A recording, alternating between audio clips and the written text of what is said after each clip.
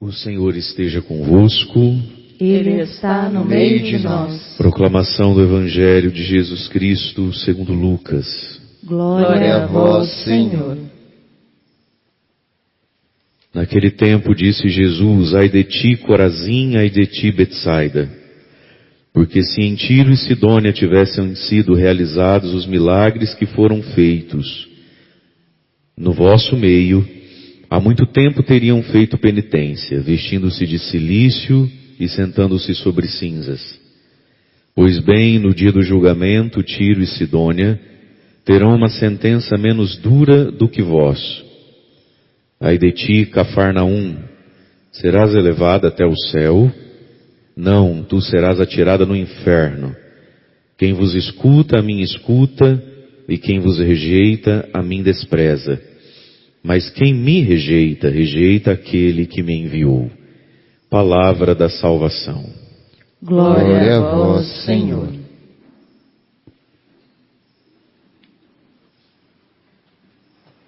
Irmãos e irmãs, a igreja celebra hoje a memória de São Francisco de Assis, um dos santos mais importantes da história da igreja e talvez o santo no qual Jesus aconteceu, se atualizou, se fez presente de um modo mais pleno.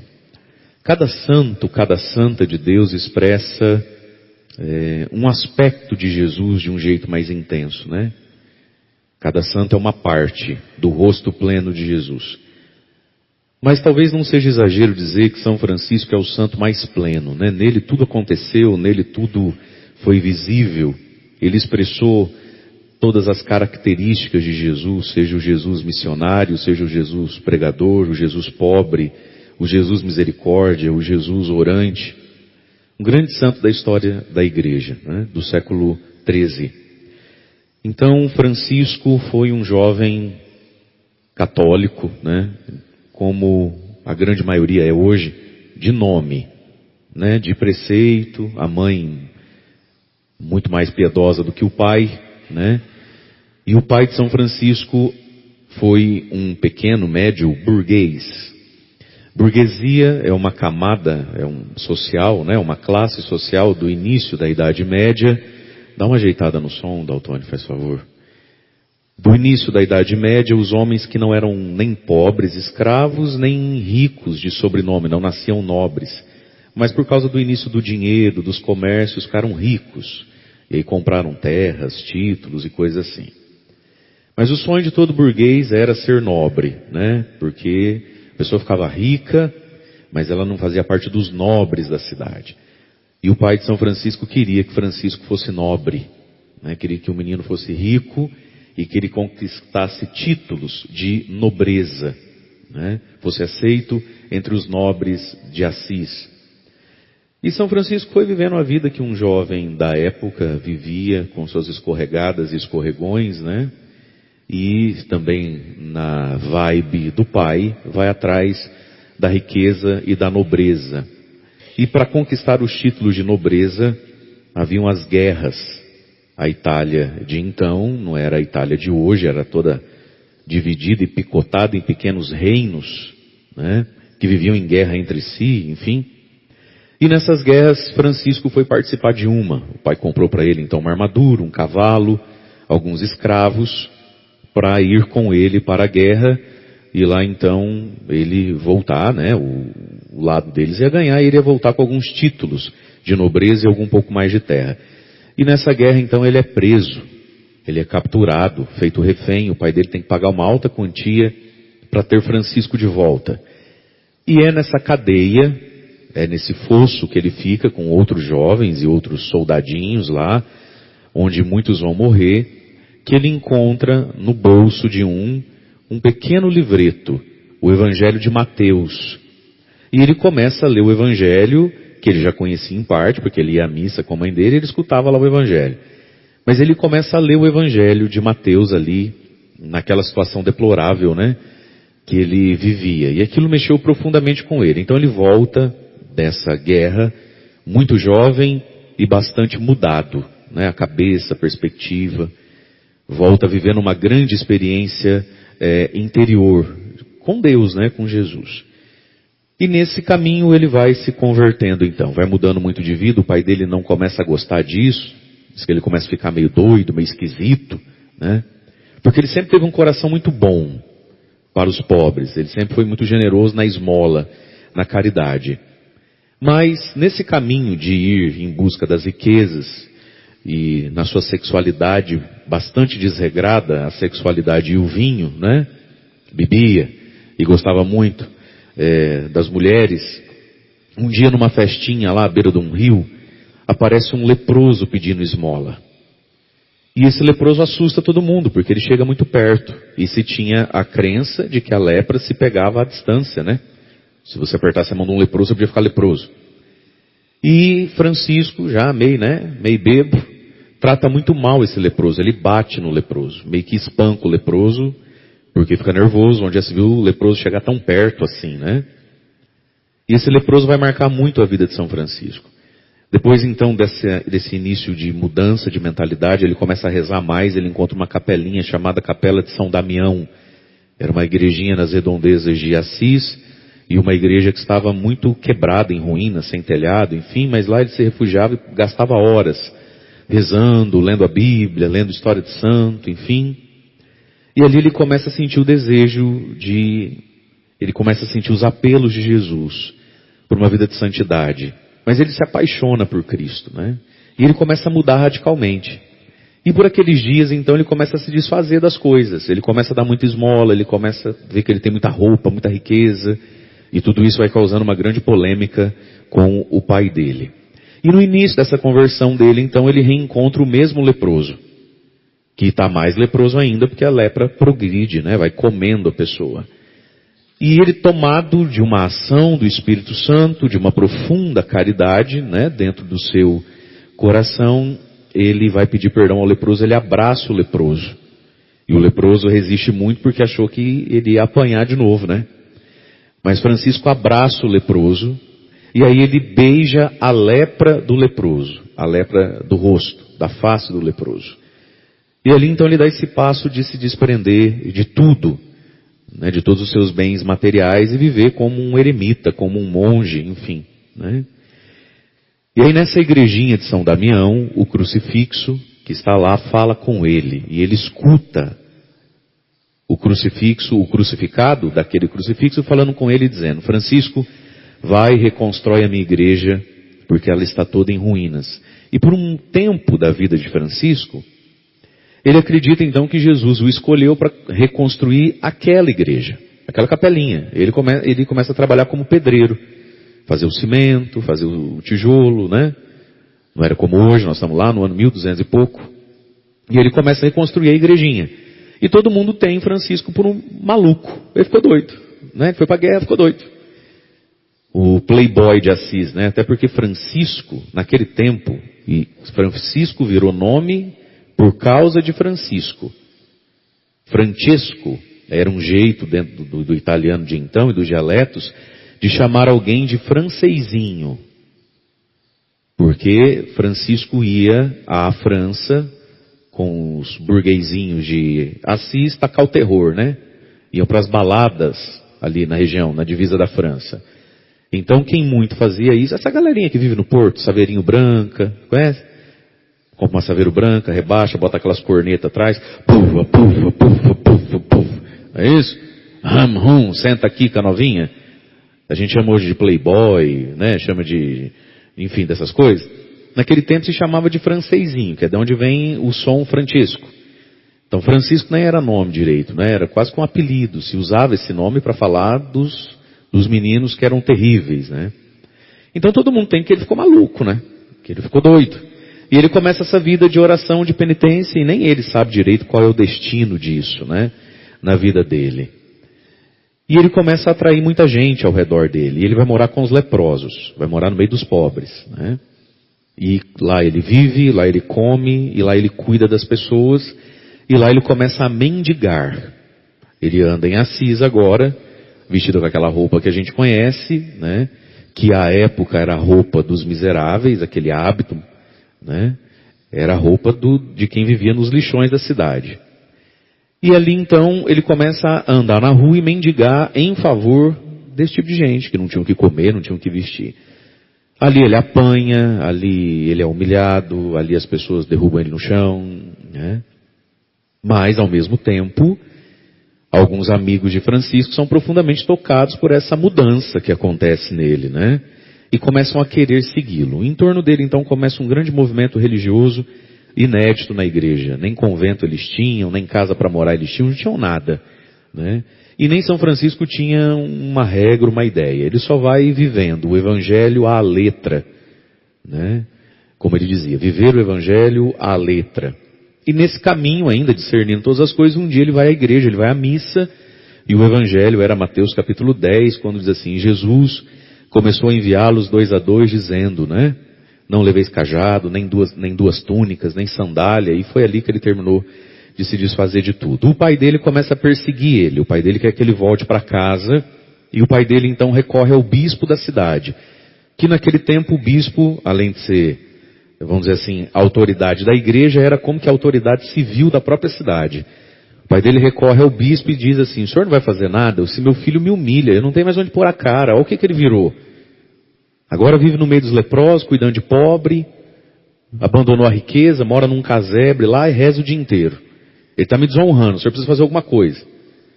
Aí levam Francisco até o bispo e o bispo vai conversar com ele como que um julgamento público mesmo. Tem muita gente assistindo a conversa. Para ver se o menino está possuído pelo diabo, se desencapou um fio na cabeça, ou se de fato ele teve um encontro com Deus, né? E o bispo fica profundamente comovido então, com a fala, com a experiência de Francisco. Mas naquele dia o pai dele se revolta muito e diz assim, então você não é mais meu filho. E ele diz para o pai, e o senhor já não é mais meu pai, porque agora eu tenho um pai no céu. E Francisco tira a roupa do corpo, a última roupinha que tinha, que era do pai, né, da casa, da paterna, e fica nu, fica pelado, na frente do bispo e na frente das pessoas. Devolve tudo ao pai, aí o bispo tem que tirar a capa e embrulhar o santo, né? E ele volta lá para a periferia de Assis, né, para cuidar dos seus pobres e viver uma vida de oração, de penitência. E aí muitas pessoas começam a segui-lo, depois algumas moças, a primeira é Clara, que fica santa também, né, Santa Clara de Assis. E ele começa um movimento de santificação, de evangelização, e aquilo explode na Europa, né? São Francisco em vida fica inclusive muito famoso, mas também por causa disso foi muito perseguido, né? E aí aquilo tudo vira uma grande bagunça, porque as pessoas começam a ir atrás de Francisco.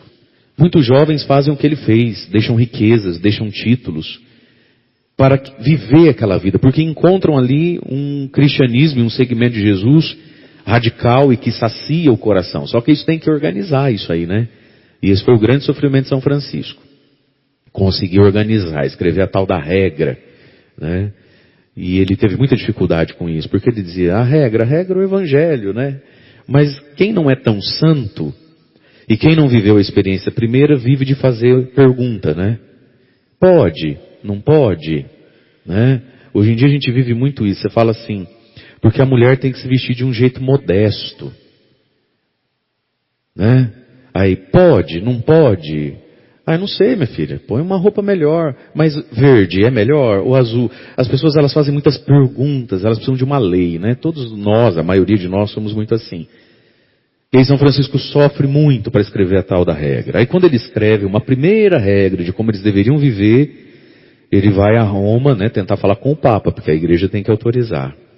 E quando finalmente ele consegue uma audiência com o Papa de então, o Papa, umas noites anteriores, começou a ter um sonho, meio que um pesadelo, sonho e pesadelo, no qual o Papa via a igreja, várias igrejas, né, vários templos, dentro de um grande terremoto, onde tudo trinca, tudo racha e começa a cair. Aí nesse sonho ele vê um homenzinho franzino, São Francisco não era alto e era magro, né, ele era muito franzino, São Francisco. Ele via um homem vestido assim de monge, de religioso, carregando a igreja nas costas. Era como se tudo aquilo que estava caindo, de repente no sonho, estivesse sobre um homem, o ombro de um homenzinho descalço, muito pobrezinho, e que era aquele homem que impediu que a igreja ruísse de vez.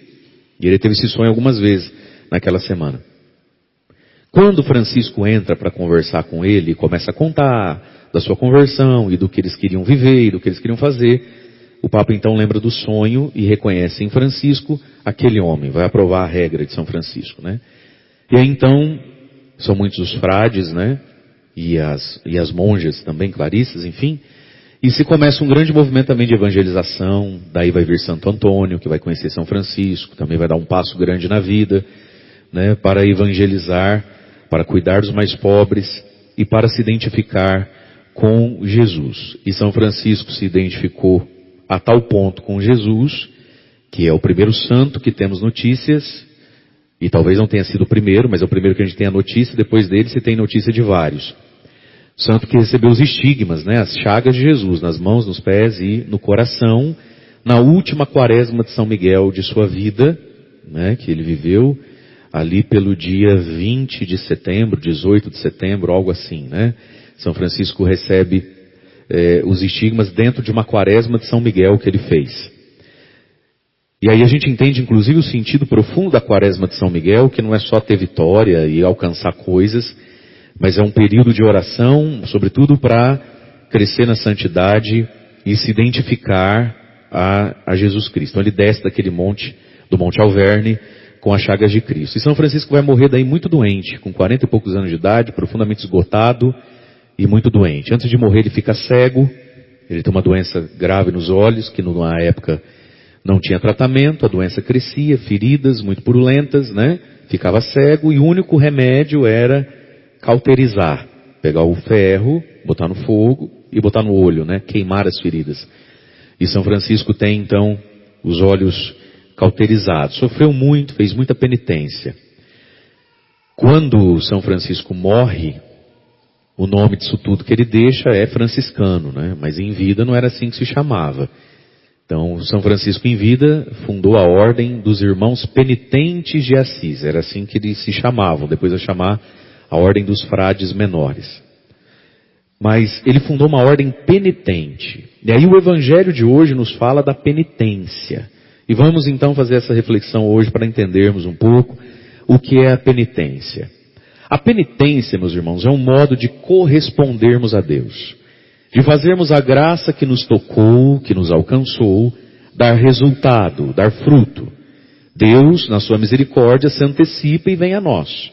Deus nos dá mais do que merecemos. Deus intervém na nossa história. Deus nos acha, né?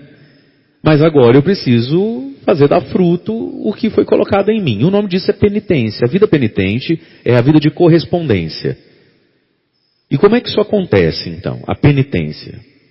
A penitência tem um lado que é o quê? Reparar os meus pecados e corrigir minha natureza. Esse é um lado da penitência. O outro lado da penitência é aprender a amar a Deus sobre todas as coisas, se despreendendo das coisas. Então vamos lá, fazer jejum, né, fazer mortificações do corpo, não ser tão educado e generoso com o nosso próprio corpo, com a nossa vida sensorial. Santa Teresa de Jesus dizia, o nosso corpo é um rei mimado. Ele sempre exige os seus direitos. Se for tratar ele do jeito que ele quer, né, a gente vive sentado e deitado o dia inteiro e querendo ar-condicionado e doce. O corpo sempre reclama os seus direitos. Também no sentido de que tudo que a gente nega ao nosso corpo, para fazer o bem que tem que ser feito, para fazer o que a gente o que a gente tem para fazer no dia de hoje, a gente precisa dizer muitos nãozinhos ao nosso corpo. Ela diz, ele sempre reclama. A gente tem sempre um delayzinho, um atrasozinho para fazer o que precisa ser feito, né? Muito bem, então a penitência tem esse lado, é o jejum, as penitências, as mortificações, seja tomar um banho gelado, dormir sem um travesseiro, na hora de rezar ficar de joelho um minutinho a mais. Ah, começou a doer, mas não vai ficar aleijado, fica um minutinho a mais. Essas penitências para fortificar a nossa fibra interior e também para reparar os nossos pecados cometidos. Então esse é um lado da penitência, né? O outro lado da penitência, nas mesmas coisas, é fazer da penitência um ato de amor a Deus. Um ato de louvor a Deus. Então eu posso amar a Deus dizendo não a algumas coisas que não é pecado, está tudo certo, mas por amor eu me desprendo daquilo para sempre ou por um tempo. Isso também é penitência. E essas duas coisas servem para estimular a vida penitente, que é a vida de conversão, a vida cristã. Então, fazer penitência nada mais é do que ser cristão, do que ser católico do jeito certo. Essa é a penitência. Agora, para conseguir isso, a gente precisa praticar penitências. Vez em quando, conforme pede a igreja ou conforme nos inspirar o Espírito Santo. Porque senão, olha o que acontece. Vamos no Evangelho. Ai de ti, Corazim, ai de ti, Betsaida. Foram as duas cidades onde Jesus fez muitos milagres, onde Jesus foi muitas vezes, e não uma vez só. Ai de vocês, porque se em Tiro e Sidônia, que vocês gostam de falar mal, de apontar o dedo, tivessem sido realizados os milagres que foram realizados aqui, há muito tempo eles teriam feito penitência, e vocês não fazem nada. Então veja, Jesus ficou com um sentimento assim, acho que eu joguei a semente na terra errada, né? Acho que eu apostei no cavalo errado nessa corrida. E agora que está todo mundo viciado em bet, né, em joguinho, então era como se Jesus já estivesse assim, acho que eu apostei no time errado nessa rodada, olha aí, o que deu. A quem muito foi dado, muito será cobrado e exigido. Essa nossa passividade. Às vezes, meus irmãos, nós temos todas as condições e circunstâncias para virar santo, para virar gente, para ir para frente com a vida e para fazer o reino de Deus acontecer. E o resultado de tudo isso é nada ou pouquinho, tanto quanto o pouquinho do outro que não tem todos os privilégios e possibilidades que eu tenho, que nós temos. E Jesus está fazendo, eu acho que eu gastei tempo com a pessoa errada. Vocês não fazem penitência. Não me devolvem nada. A penitência é um jeito da gente devolver a Deus alguma coisa. E você já reparou como inclusive as pessoas da igreja têm profunda dificuldade com qualquer tipo de penitência? Ponto 1. Ponto 2. Conta para ver. Ai que exagero, ai que loucura. Não sei se precisa disso tudo.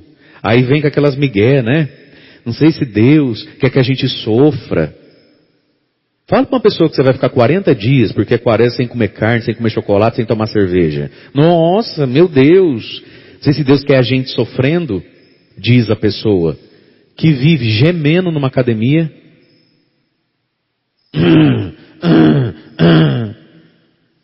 Comendo só comida que não tem gosto, com aquele pozinho. Cagando igual cabrito da etapa, porque não é possível, só come aquele pó branco, coloca aquele, come mais nada, indo dormir 8 horas da noite, acordando às 5 para fazer live com coaching. Aí você fala para ele assim, que agora, não estou bebendo porque é quaresma, nossa, não sei se Deus quer a gente sofrendo, diz o sofredor, mas para ganhar nada, pode, né? Para ganhar nada, pode, para ganhar braço pode, né? Para erguer peito pode, né? E está na igreja. Nós temos uma profunda dificuldade, meus irmãos, de entender o amor. Deus não quer ninguém sofrendo. Mas Deus fica muito feliz de ver que a gente aprende a amar. Porque o amor não é outra coisa. Ele é, na essência, a renúncia de si. Quando é que um homem de fato está amando sua mulher? Quando ele leva bombom, chocolate, princesa minha, denguinho meu, amor, benê. São expressões da paixão, do carinho. Mas o que é amor num casamento? Quando é que se está dando amor ao outro? Quando está se negando a si mesmo, não é? Pela paciência, pelo perdão, pelo companheirismo, por atravessar a enfermidade junto, doença junto. Aí é que está o amor. Essas afetações de carne não são amor. São paixonites, né? Das quais vai ter depois amor ou não, né? Vai amadurecer em amor ou não. Mesma coisa, queridos, com Deus. E aqui está Jesus. Vocês não amam de volta. Teriam feito penitência. E aí Jesus fala, vestindo-se de cilício, sentando-se sobre as cinzas. Uma verdadeira experiência com Deus, meus irmãos, nos redimensiona com a vaidade, o dinheiro e o prazer. Tem algo de errado nessa experiência espiritual que não redimensiona vaidade, dinheiro e prazer. Algo de errado tem. Porque é um fruto meio que natural de uma verdadeira experiência com Jesus na fé, redimensionar a vaidade. Vaidade física, o modo como gosta de ser percebido, né? E a vaidade do ego. Porque a vaidade é um pecado muito sutil. Eu posso me envaidecer das coisas santas também, né? Percebe? Vou falar aqui, não quero escandalizar ninguém. Mas vou falar, só para você entender. Aí quem sabe você entenda talvez para a sua vida. Vou falar mal da minha classe, para você entender os pecados das suas. O padre tem uma indumentária para usar, né? Um hábito, uma roupa, enfim, a batina.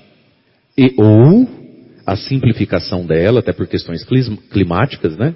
Ou de atividade mesmo, que é a camisa com a gola, só a camisa, uma camisa clerical, clégio, uma gola romana, não importa o nome, uma camisa clerical. Acreditem vocês que agora existe, Senhor, não só existe como vendem porque alguém compra.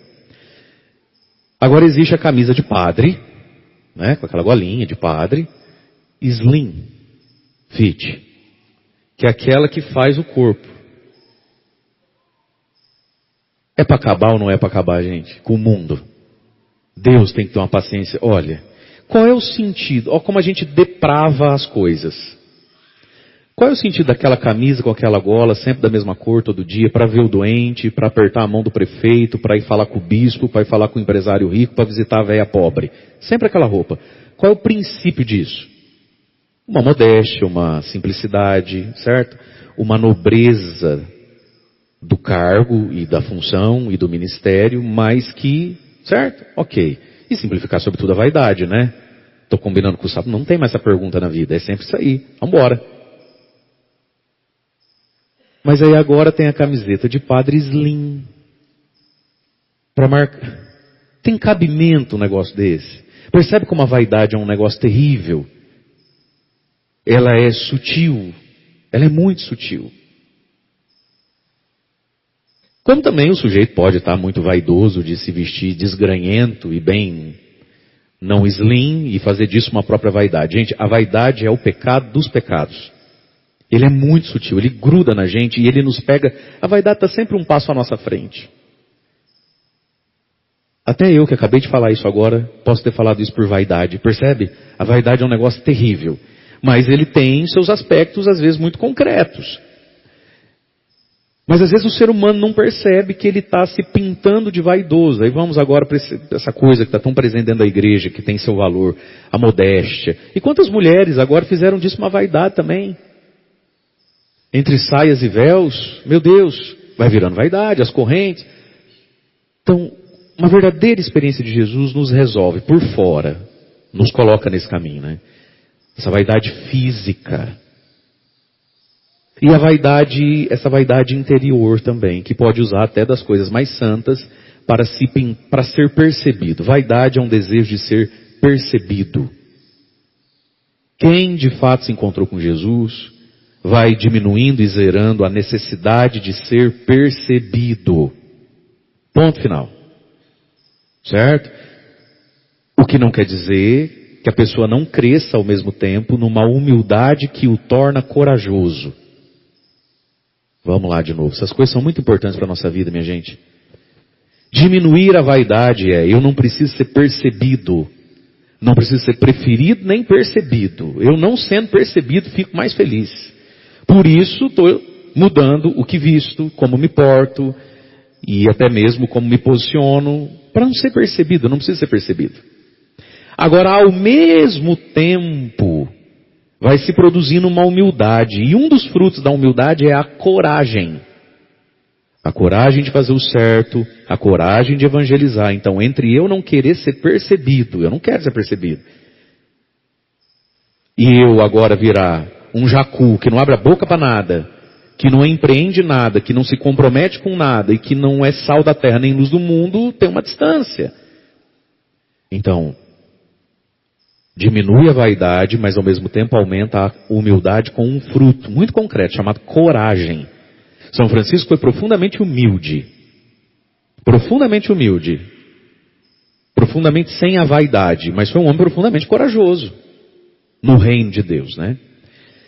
Pois muito bem, então tudo isso é penitência, resolver a vaidade. Segunda coisa, o nosso relacionamento com o dinheiro.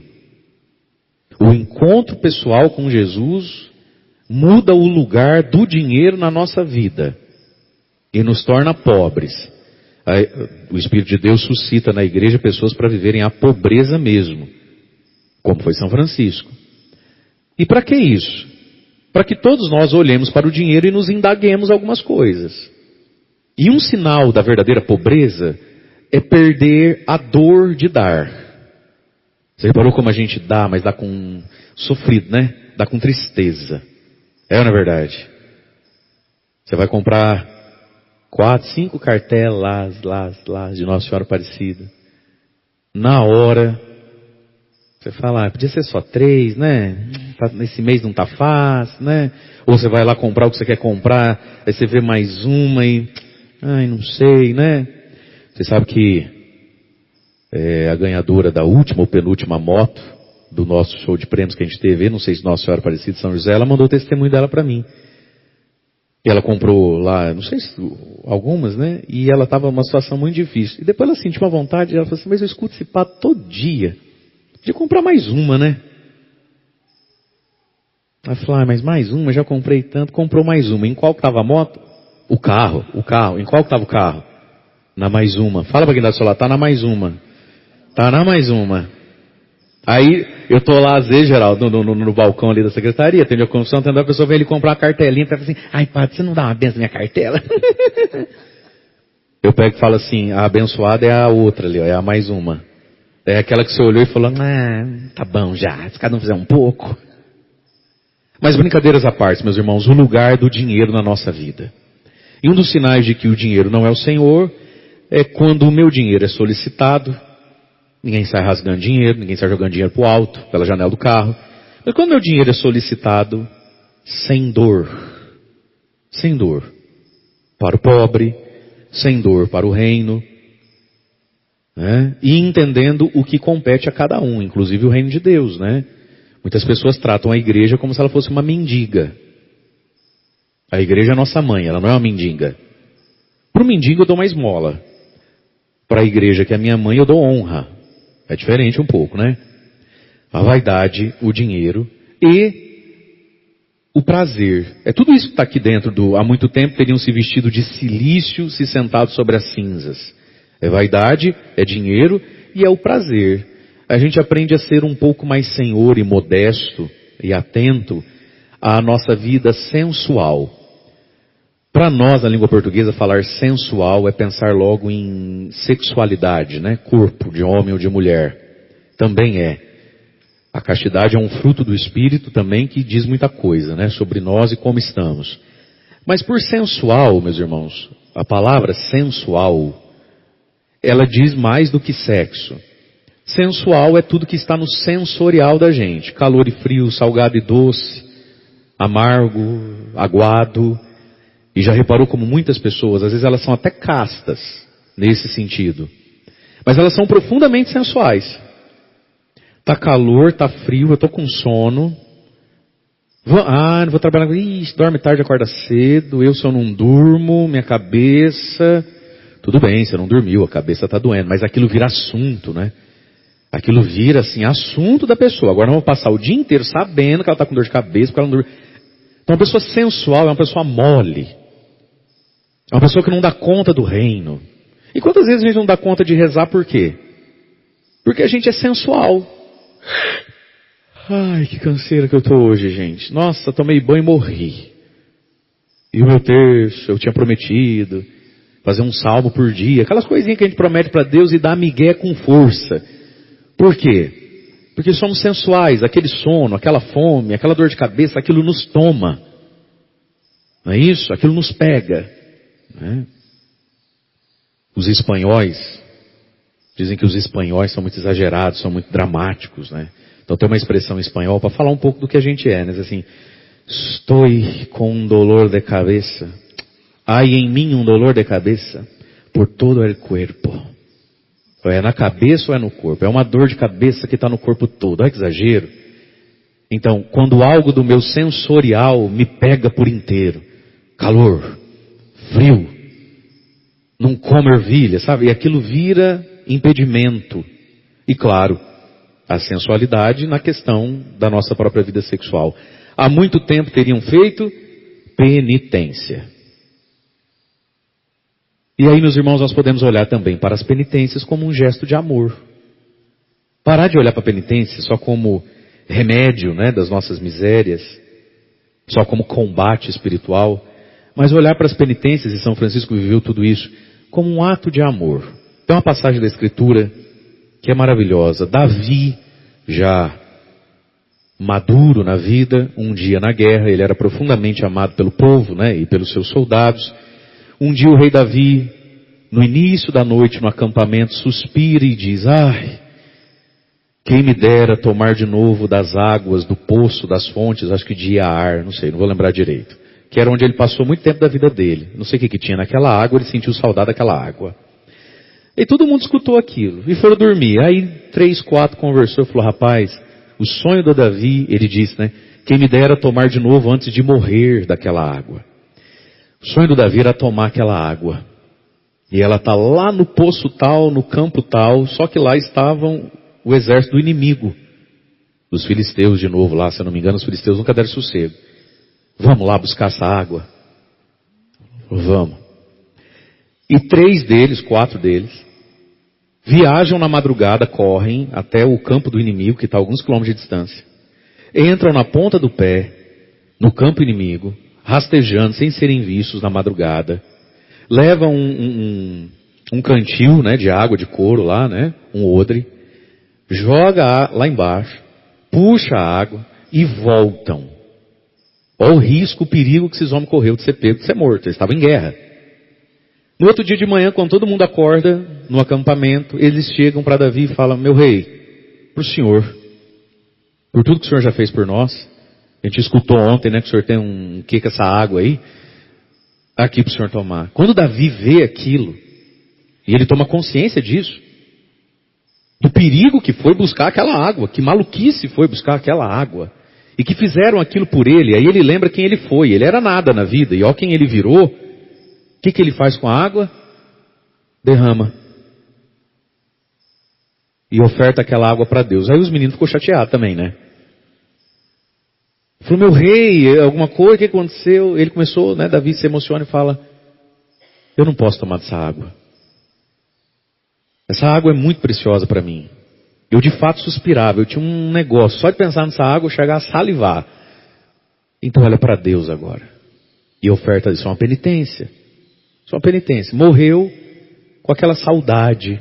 Acho que Davi às vezes pensava: quem tomou, tomou. Quem não tomou, não toma mais. Ai, nunca mais vou tomar daquela água. Mas você já tomou bastante. Muita gente também não toma. Então a penitência também é um ato de amor. É por amor que se faz. O que eu poderia fazer por amor a Deus? Aí a gente gosta de simplificar as coisas e botar para brigar o que se completa. A gente pega e fala assim: o que Deus mais quer é que a gente ame o próximo. Sem dúvida nenhuma. Ninguém está dizendo que não é para amar o próximo. Mas entre eu e Deus. Não entre eu e o Deus com o próximo no meio. Nunca sem o próximo. Mas às vezes entre eu e Deus. Então a vida penitente que São Francisco viveu, tornou ele livre para o Evangelho, santo, redimensionou nele a vaidade dele, que ele era muito vaidoso, redimensionou na vida dele o lugar do dinheiro, e fez dele um homem que reparou pecados e amou a Deus através das penitências todas que viveu.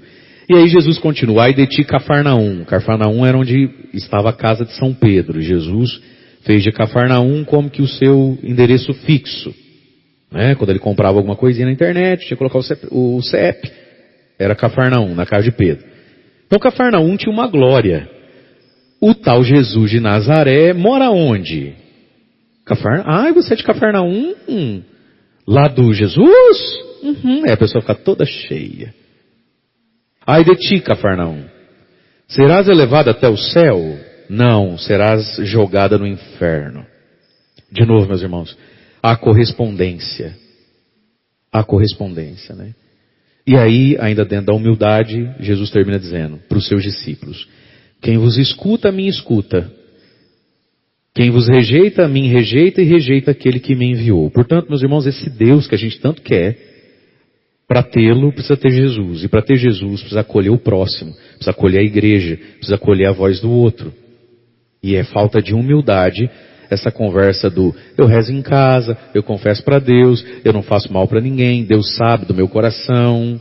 Eu não sou muito de igreja, padre, mas Deus sabe? Que assim eu faço as minhas rezas lá, eu só não sou muito de vir. Aí você pega e fala assim, por que você não vem? Aí você vai descobrir de duas uma ou de duas as duas mesmo, na mesma pessoa. Uma profunda preguiça, sensualidade, não vem porque está calor, não vem porque tem churrasco, não vem porque quer dormir.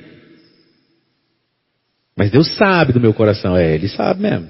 Se até eu que sou besta já peguei você no ar, imagina Deus, que é esperto. Ou, se você deixar a pessoa falando, se você só fazer assim, filho, nossa, ela entrega o ouro. Ou ele entrega o ouro, né? E até porque também eu penso assim, sabe, padre, o que adianta vir na igreja? Aí, é humilde falando, tá? É aquela cara de troncho. Eu também penso assim, né, padre, o que adianta vir na igreja e falar mal dos outros? Então, não é para falar, às vezes a pessoa vive na igreja, fala mal de todo mundo, sabe, tá devendo aí na rua pros outros. Te peguei. Mas Deus sabe do meu coração, sabe? Ele sabe que você julga os outros. Ele sabe que você se sente melhor que os outros. Ele sabe que você é quase que a Dona Florinda. Lembra da Dona Florinda do Chaves? Vamos, tesouro. Não se misture com essa gentalha. Dá aquela cara de troncho, de coitado, vitimado, bobinho. Mas ele nos tem por gentalha. Com a gente ele não se mistura, não. Que é Deus, tem que ter Jesus. E para ter Jesus tem que acolher os discípulos, os apóstolos, os sacramentos, a comunidade, a igreja. Mas aqui, meus irmãos, está um convite para os discípulos. Olha o que Jesus está dizendo para os discípulos. Vocês serão rejeitados. Quer? Combinado não sai caro. Quer andar comigo? Jesus já vai mostrando o fim da estrada. Para Pedro, né? Por exemplo, para Pedro. Curei tua sogra. No dia que você não tinha peixe, eu dei o peixe para você pagar o imposto dos publicanos. O dia que você afogar, eu andei na água com você. Quer vir? Eu te ensinei a pregar, você está até fazendo umas curazinhas, você deixou de ser Zé Ninguém. Tá gostando, Pedro? E Pedro, opa, claro que eu tô. Tá, mas agora tem mais uma. Você será rejeitado muitas vezes como eu fui. Quer? E aqui está, meus irmãos, para terminar. O terceiro grau da humildade, o terceiro grau do amor. Quem explica isso é Santo Inácio de Loyola, nos exercícios espirituais que ele escreveu. Os exercícios espirituais de Santo Inácio. É um retiro de 30 dias de silêncio. Então, quando você for fazer esse retiro, lá pelas tantas, vai ter os exercícios para descobrir, contemplar e eleger para si a humildade e o amor a Cristo. Então ele coloca os 3 graus da humildade. Isso aqui é o terceiro. Primeiro, quando a pessoa entende e se dispõe, não vou mais ofender a Deus. Não quero mais machucar a Deus. Não quero perder Deus, Jesus. Que é um pouco a experiência da primeira leitura aqui de Jó, né? Deus deu umas chineladas no Jó aqui, né? Aí Jó falou, desculpa, senhor, falei demais, a partir de hoje também, Deus o livre, vixe, é o santo temor de Deus. Isso é um grau de humildade. Não querer ofender a Deus, entender que Deus é maior que eu não sou do tamanho de Deus. Então, o primeiro grau do amor e da humildade. Não querer ofender mais a Deus. Fazer todo o empenho para não pecar, para não ferir a Deus. Né? Segundo grau da humildade. Quando depois disso, eu vou ficando indiferente. Tanto faz riqueza ou pobreza, calor ou frio, honra ou desonra. Eu já vou ficando indiferente a isso. Porque agora eu quero me santificar, né? Eu quero amar a Deus. Então, a gente vai ficando indiferente, a gente fica menos mimizento. A gente dá graças a Deus porque deu tudo certo, como dá graças a Deus também porque deu tudo errado. Se você me elogiar, obrigado. Se você me disser que fulano está falando mal, mas faz parte, né? Ser humano fala mesmo. Você vai ficando indiferente ao ego. Esse é o segundo grau da humildade e do amor a Deus. O terceiro grau da humildade e do amor a Deus é isso aqui, ó. Não é que eu fiquei indiferente.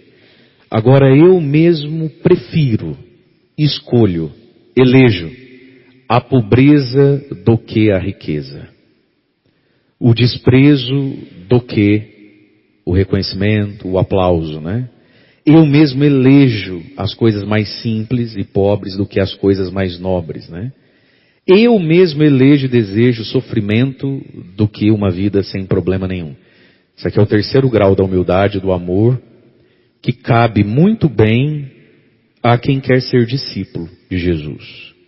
Então Jesus puxou as orelhas de Cafarnaum, de Corazim, de Betsaida, e ainda olhou para os discípulos e disse a eles onde é que eles tinham que chegar. Chegar ao ponto de serem rejeitados, de serem profundamente identificados com Jesus. Foi assim na vida de São Francisco. Opa, deixa eu ser mais humilde, quem sou eu? Preciso parar de ofender a Deus.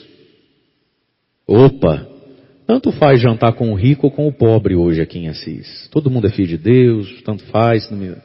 Até o ponto que São Francisco se identifica com Jesus. Irmãos e irmãs, pensando todas essas coisas, refletindo tudo isso, peçamos a Deus a graça hoje nessa Eucaristia, vamos receber Jesus, né? De nos identificar com Cristo, com os santos e santas de Deus e de correspondermos à graça do Senhor. E quem sabe com um novo olhar sobre o que seja penitência, que a gente melhore nesse ponto. Jesus espera algo nesse sentido de nós também. Louvado seja nosso Senhor Jesus Cristo.